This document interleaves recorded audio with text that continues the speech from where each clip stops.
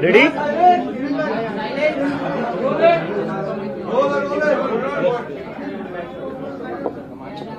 Ready? नमस्कार सगळ्यांना. पहिले मराठीमध्ये करू आपण, नंतर हिंदीमध्ये करू. तर 6 जूनला आपण सगळ्यांनी पाहिलं, दिल्लीच्या जंतर मंतरवर हजारो लोक आले होते काँग्रेस जनता पार्टीच्या शांतीपूर्ण आंदोलनासाठी. याच्यावरून एक गोष्ट सिद्ध झालेली आहे आता की या देशाचा जो तरुण आहे, जो युथ आहे, तो आता घाबरणार नाहीये, तो आता मागे सरकणार नाहीये. नीटच्या परीक्षेत आतापर्यंत 6-7 विद्यार्थ्यांनी आत्महत्या केलेली आहे. सीबीएसईचे जे 17 लाख स्टुडंट्स आहेत त्यांचं फ्युचर अफेक्ट झालेलं आहे. एसएससी जीडीचे अजून 16 लाख स्टुडंट्स आहेत, त्यांचं फ्युचर अफेक्ट झालेलं आहे. असं एकंदरीत पाहिलं तर आपण एसएससी जीडी, नीट, सीबीएसई आणि सीयूईटी हे स्टुडंट जर बघायला गेलं तर 1 करोडपेक्षा जास्त स्टुडंट्सचे फ्युचर अफेक्ट झालेलं आहे. तरीही याची जिम्मेदारी घ्यायला कोणी तयार नाहीये. त्याचसाठी आम्ही 6 जूनला जंतर मंतरवर आंदोलन केलं होतं आणि आम्ही डिमांड केली आहे की धर्मेंद्र प्रधान यांनी तुरंत रेजिग्नेशन दिलं पाहिजे. कारण की जिम्मेदारी घ्यावं लागलं. देशातले 5-6 स्टुडंट जे उद्या जाऊन डॉक्टर बनले असते, ज्यांनी दुसऱ्यांचे प्राण वाचवले असते, आज त्यांनाच त्यांचा जीव द्यावा लागलाय. कशामुळे? सिस्टमच्या फेलियरमुळे.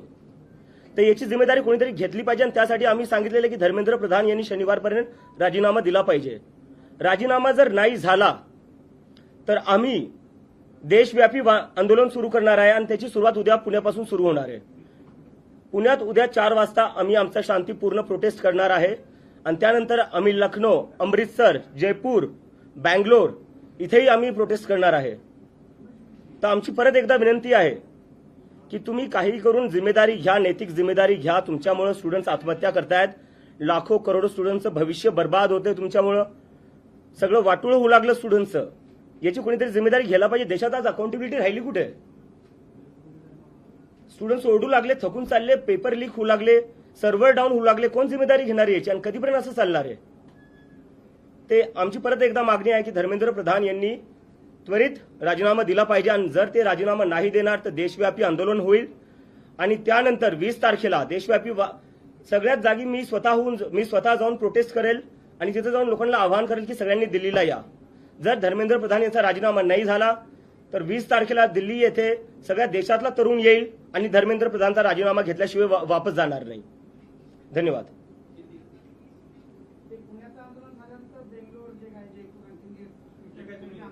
एकदा मी हिंदीत करून देऊ आता बरं. ओके. इतर ठिकाणी तुमचे जे आंदोलन आहेत, आता पुण्यात झाल्यानंतर इतर ठिकाणचं कसं नियोजन आणि हे 20 तारखेचं जे आहे, काही इतर शहरामध्ये झाल्यानंतर मग 20 तारखेला दिल्लीत होणार आहे? बरोबर. नाही, आमचं नियोजन चालू आहे. आम्ही जिकडे तिकडे आमच्या टीम्स आहेत, आम्ही कोऑर्डिनेट करतोय आणि पुढच्या काही दिवसात आम्ही तिकडे आंदोलन करणार आहे. आणि तुम्हाला काही कॉन्टॅक्ट आला का केंद्र मंत्र्याकडून किंवा मंत्रालयाकडून कोणाचाही कॉन्टॅक्ट केला? आणि कॉन्टॅक्टने आम्हाला राजीनामा पाहिजे. कॉन्टॅक्टचं आम्ही काय करणार? नाही. डायलॉग एकच झाला. आमचे अकाउंट बंद केले, आमचे सोशल मीडिया हॅक केले. ते नसते केलं तर मला अमेरिकेवरनं इथे याची गरज पडली नसती.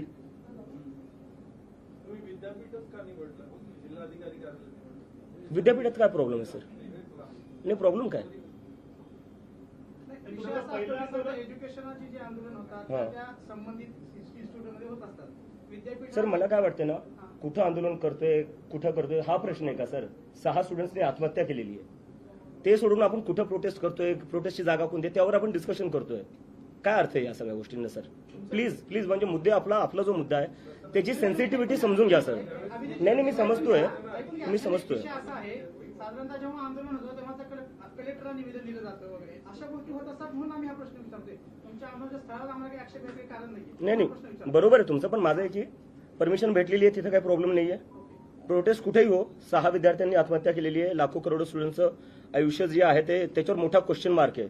मला वाटतं आपण त्याच्यावर थोडं फोकस करूया. नरेंद्र मोदी हे धर्मेंद्र प्रधानांचा राजीनामा घेतील असं तुम्हाला वाटतंय का? कारण तुमच्या पहिल्या दिवशी जे आंदोलन होतं त्याला चांगला प्रतिसाद मिळाला, पुढे देखील प्रतिसाद मिळेल काय? मला असं वाटतं जर ते रशिया युक्रेनचं वॉर थांबवू शकतात तर राजीनामा तर घेऊ शकतात. आम्ही 20 तारखेला आता दिल्लीत जाणार आहे. त्याच्या आधी आम्ही देशभर आंदोलन करणार आहे. हा, आम्ही आता परत सांगतोय 20 तारखेला दिल्लीत होणार आहे. आधी त्याच्या आधी आम्ही देशभर आंदोलन करणार आहे. आंदोलनानंतर नेमका काय फरक पडला, काय बदल झाला, लोकांचा तुम्हाला पाठिंबा वाढला, पहिल्या आंदोलनानंतर काय काय झालं? कॉक्रोच जनता पार्टीमध्ये कसं बदल घडले? पार्टीमध्ये काय झाले? पहिल्या आंदोलनात तिथं जाऊन मला कळलं की देशभरातून तिथं लोक आलेली होती. म्हणजे सिक्कीमवरनं लोक आली होती, जम्मू काश्मीरवरनं लोक आली होती, केरळवरनं लोक आली होती, तमिळनाडूवरनं आली होती, काही लोक ओडिसावरनं आली होती, बंगालवरनं आली होती.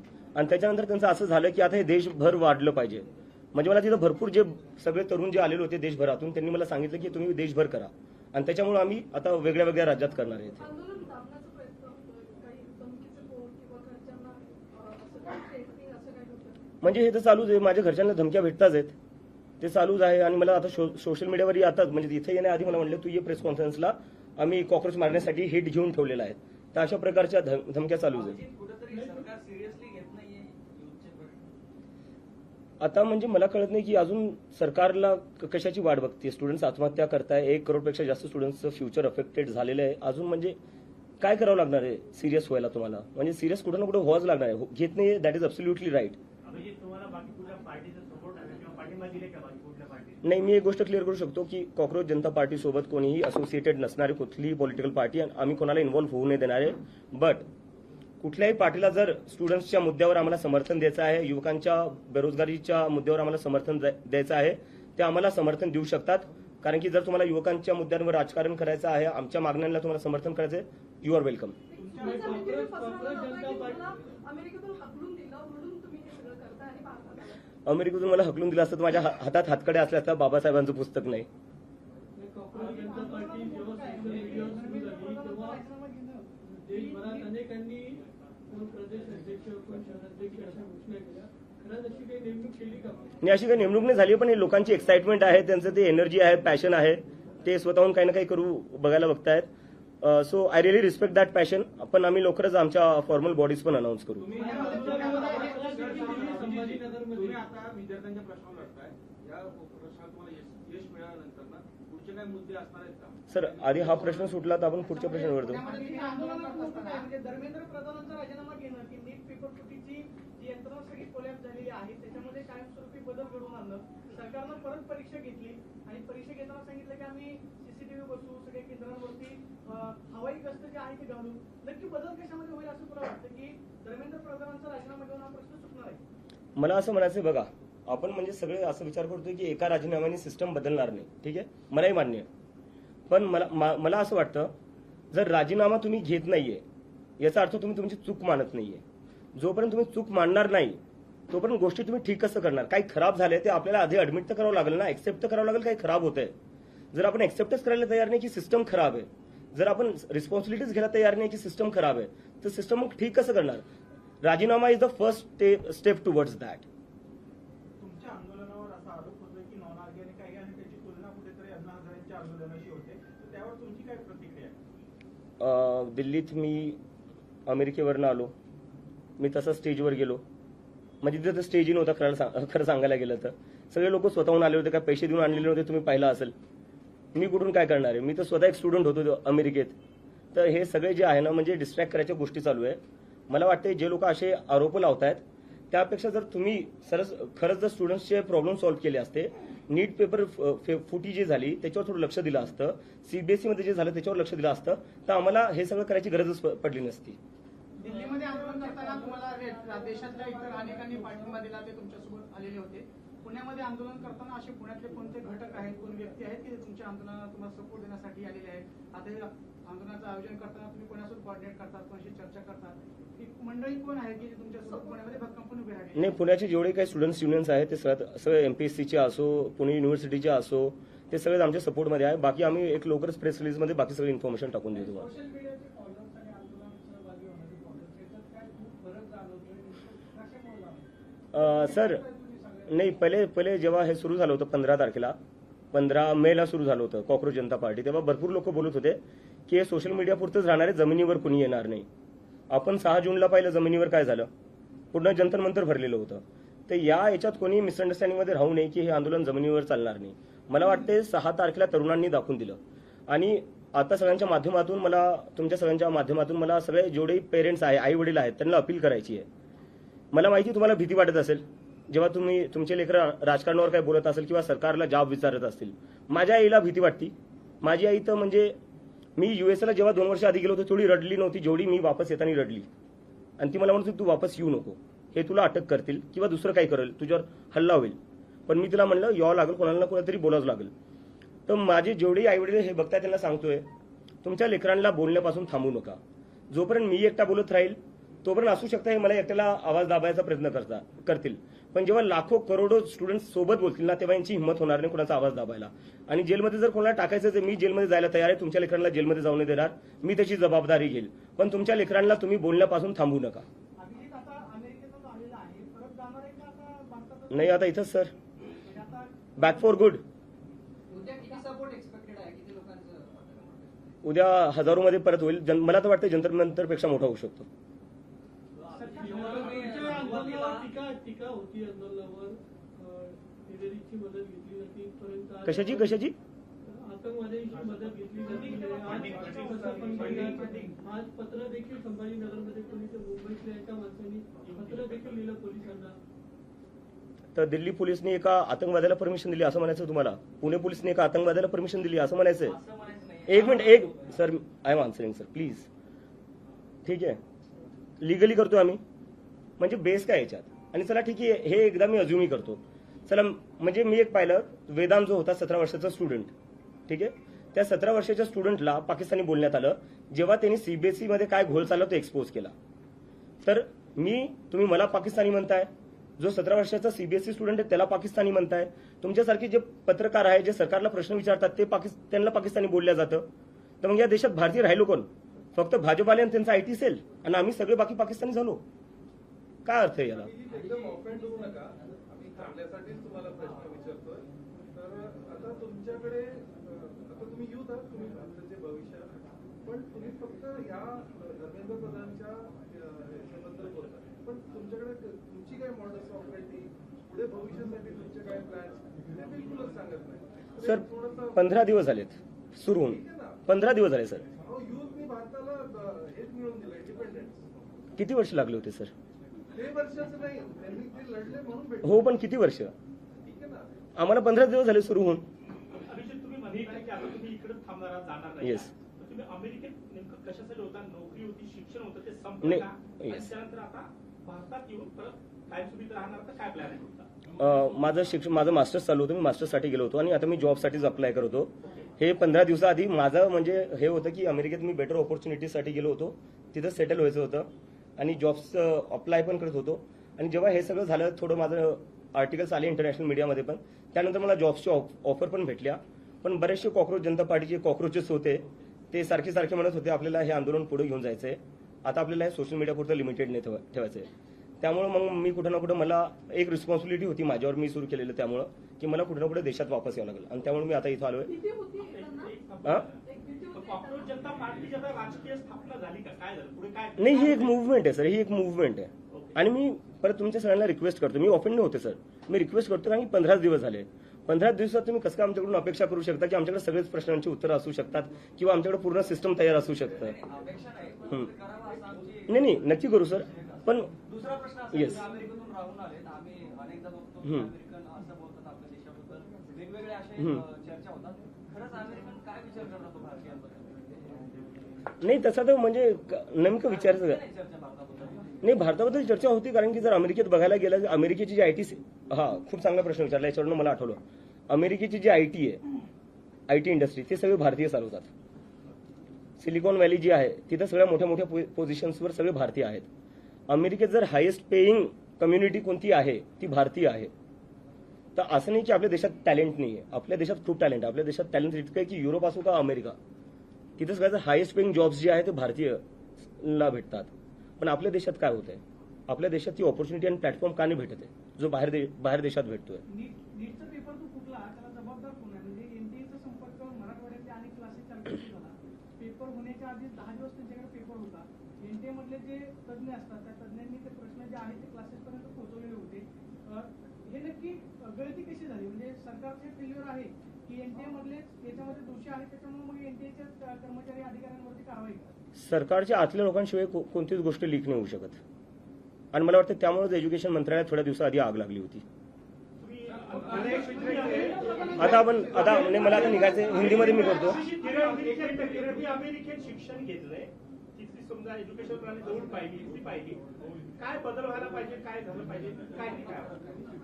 सर त्याच्यावर आपण नंतर बोलू, आता आपण मुद्द्यावर नाही. मला एकदा आता हिंदी जो पेपर फुटी मी हिंदीत बोलतोय. मला मला मला टाइमाचं लिमिटेशन है. 6 तारीख को दिल्ली के जंतर मंतर पर आंदोलन हुआ था. हम सबने देखा दिल्ली के जंतर मंतर पर किस तरह से हमारे शांतिपूर्ण आंदोलन को समर्थन मिला. पूरा जंतर मंतर भर गया था. इससे यह साबित होता है कि इस देश का युवा अब इस सरकार से डरता नहीं, वो सवाल करेगा. और हम आज फिर से रिक्वेस्ट करते हैं एजुकेशन मिनिस्टर धर्मेंद्र प्रधान से, वो रिजाइन कर दे. अगर वो रिजाइन नहीं करते हैं तो अब हम देश भर आंदोलन करने जा रहे हैं, जिसकी शुरुआत कल पुणे से हो रही है. कल पुणे यूनिवर्सिटी में सभी लोग, सभी छात्र एमपीएससी के हो, नीट के हो, सभी छात्र आएंगे और एक बहुत बड़ा आंदोलन करेंगे और हम धर्मेंद्र प्रधान का रेजिग्नेशन की डिमांड करेंगे. इसके बाद लखनऊ, अमृतसर, जयपुर, बेंगलोर जैसे जगह पर भी मैं खुद जाकर आंदोलन करूंगा और ये आंदोलन पूरी तरह शांतिपूर्ण होगा और डेमोक्रेटिक होगा. और इसके बाद भी अगर धर्मेंद्र प्रधान रिजाइन नहीं करते हैं तो हम सब इस देश के युवा दिल्ली में फिर से 20 तारीख को जंतर मंतर पर आएंगे और धर्मेंद्र प्रधान का रेजिग्नेशन लिए बिना नहीं लौटेंगे.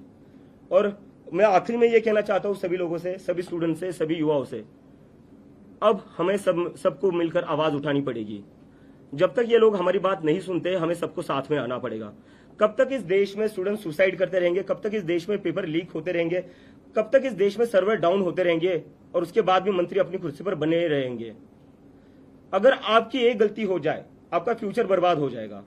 अगर आप कंपनी में कोई एक गलती कर दो, आपकी जॉब चली जाएगी.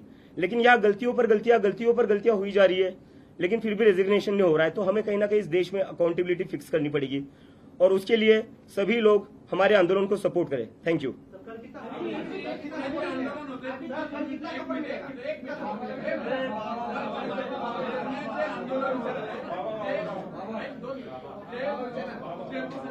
मुलं आहेत, आम्हाला माहिती आहे, नेहमी संपर्कात असतात. ते कुठल्या तरी चळवळीशी संबंधित आहेत, कुठल्या तरी विद्यार्थी चळवळ असेल किंवा धार्मिक संघटना असेल किंवा राष्ट्रीय पक्ष असेल किंवा जातीय पक्ष. मग हे ऑर्गॅनिक जनता पार्टी, कॉक्रोच जनता पार्टी कुठं आहे? ही सगळी कुठेतरी संघटनेत काम करणारी मुलं आहेत. ऑर्गॅनिक जनता पार्टी कुठे येणार आहे? हे जनता, हे नागरिक नाही देशाचे. नागरिक आहेत पण कुठेतरी इतर संघटनांची नाही असू द्या ना सर. तर ते एकरूप कसे होणार? नाही मी तर म्हणतो भाजपचेही लोक आले पाहिजे. भाजपच्या त्यांचेही लेकरं ते नीट आणि सीबीएसई परीक्षा देत असतील ना, त्यांचेही लेकरं सीबीएसई आणि नीटची परीक्षा देत असतील, त्यांनी आलं पाहिजे. आम्ही असं म्हटलं की काही दिवसांपूर्वी शिक्षण मंत्र्यांमध्ये विभागाला आग लागलेली होती. सरकारचे लोक याच्यामध्ये सहभागी असल्याशिवाय होणार नाही. म्हणजे ते शिक्षण मंत्र्यांचा सहभाग आहे का नीट पेपर फुटी प्रकरणात? मी अजून किती क्लिअर बोलू यापेक्षा. सीबीआय कडनं तुम्ही काय माहिती घेतली का या तपासाच्या संदर्भात? आणि दुसरी गोष्ट, या तपासामध्ये प्रामुख्याने जी लोक पेपर फुटीत होती ती पुण्यातली सहभागी होती, त्याच्या मागे नेमकं कोणी, याबाबत काही तुम्ही माहिती घेतली का? सीबीआय माझ्यासोबत का बोलेल सर? मला तर वाटतं माझ्यावर सीबीआय रेड होईल. तुम्ही काय त्यांच्याकडे विचारणा केली? नाही.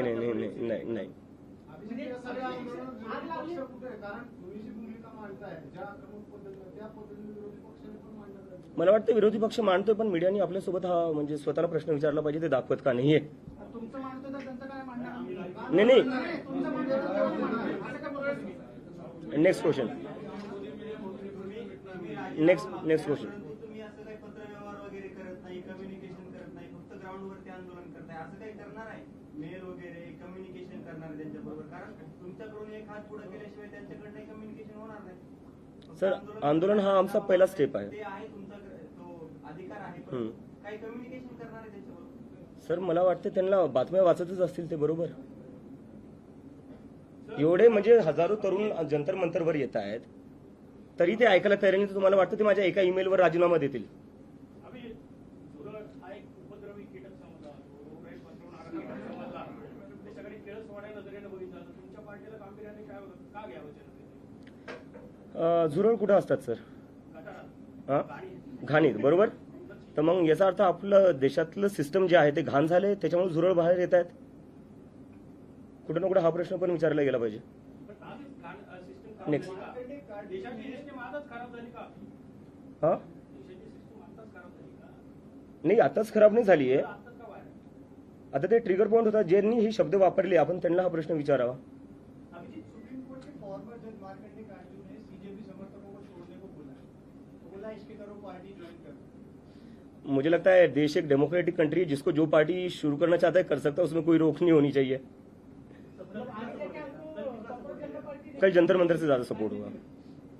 आगे जाके राजनीति में 2029 के लोकसभा चुनाव के पहले कांग्रेस जनता पार्टी देखने को मिलेगी। सर मैं कह रहा हूँ 15 ही दिन हुए हम लोगों को शुरू करके। सर ये सोशल मीडिया तक ही सीमित रहेगा। हाँ? नहीं सोशल मीडिया तक तो सीमित नहीं रहेगा सर, इतना मैं आपको गारंटी है। मूवमेंट है पर कुछ लोग बोल रहे हैं कि सोशल मीडिया का ट्रेंड है जो 15 दिन महीना भर चलता है उसका कौन होता है, इसके ऊपर आप क्या बोलेंगे? 15 दिन हो गए जंतर मंतर पर आ गए हम, ट्रेंड तो कहाँ रहा अब तो जमीन पर आ गए। पार्टी काय आली त्यामध्ये वाटलं होतं का की एवढा मोठा रिस्पॉन्स सर खरं सांगायला गेलं तर मी काहीच प्लॅन करून केलं नव्हतं। मी प्ले स्टेशन खेळत होतो जेव्हा मी ते ट्विट केलं होतं, आणि त्याच्यानंतर मी एकदमच पाहिलं की लोकांचा खूप सगळा प्रतिसाद आला, आणि त्याच्यानंतर मी पाहिलं की आता प्रतिसाद आलाय तर एखादं हँडल सुरू करून टाकतो ट्विटरवर किंवा इंस्टाग्रामवर। दुसऱ्या दिवशी मी उठून पाहिलं त्याच्यावर 1 मिलियन फॉलोअर झाले होते। मग कुठं ना कुठं मला असं वाटलं अरे हे काय झालं आता। भीती वाटत होती काय फॉलोअर वाढत होती? नाही भीती नव्हती वाटत, मी समजायचा प्रयत्न करत होते की काय चालू आहे, कशामुळे होतंय असं। त्यानंतर मी जेवढे लोक फॉलो करत होते, काही लोकांचे मेसेजेस येत होते, त्यांच्याशी संवाद करायला मी ट्राय केला, आणि त्याच्यात समजलं की लोक खूप जास्त हे जे तरुण आहेत, 19 वर्षाची मुलं होती ती, कोणी रिसर्चमध्ये जायचं प्लॅन करते, कोणी डेटा सायंटिस्ट बनायचा विचार करत होतं, तर त्या लोकांनी एकंदरीत ना पॉलिटिक्सवरनं गिव्हअप करून टाकलं होतं। जेवढ्या पॉलिटिकल पार्टीज आहे त्यांनी एकदमच त्यांच्या एक्सपेक्टेशन संपले आहेत त्यांच्याकडून, आणि त्यांना असं वाटलं की हा प्लॅटफॉर्म कुठे ना कुठेतरी आमच्यासाठी यूज होऊ शकतो, आणि त्यामुळे मग त्यांनी मला प्रेशर केलं की आता ही मुवमेंट तू सिरियसली घे, आम्हाला माहिती आहे तू मजाकमध्ये सुरू केली आहे पण तू आता सिरियसली घे। तुम्ही जो बाबासाहेबांचा फोटो आणि ते पुस्तक या. दाखवलं ते अनेकांना आवडलं, मात्र काय सांगायचं होतं तुम्हाला ते? त्याच्याने मला हे सांगायचं होतं ही जी मुवमेंट आहे ती संविधानाच्या हद्दीत राहूनच चालेल आणि संविधानाचं पालन करूनच चालेल। Okay thank you.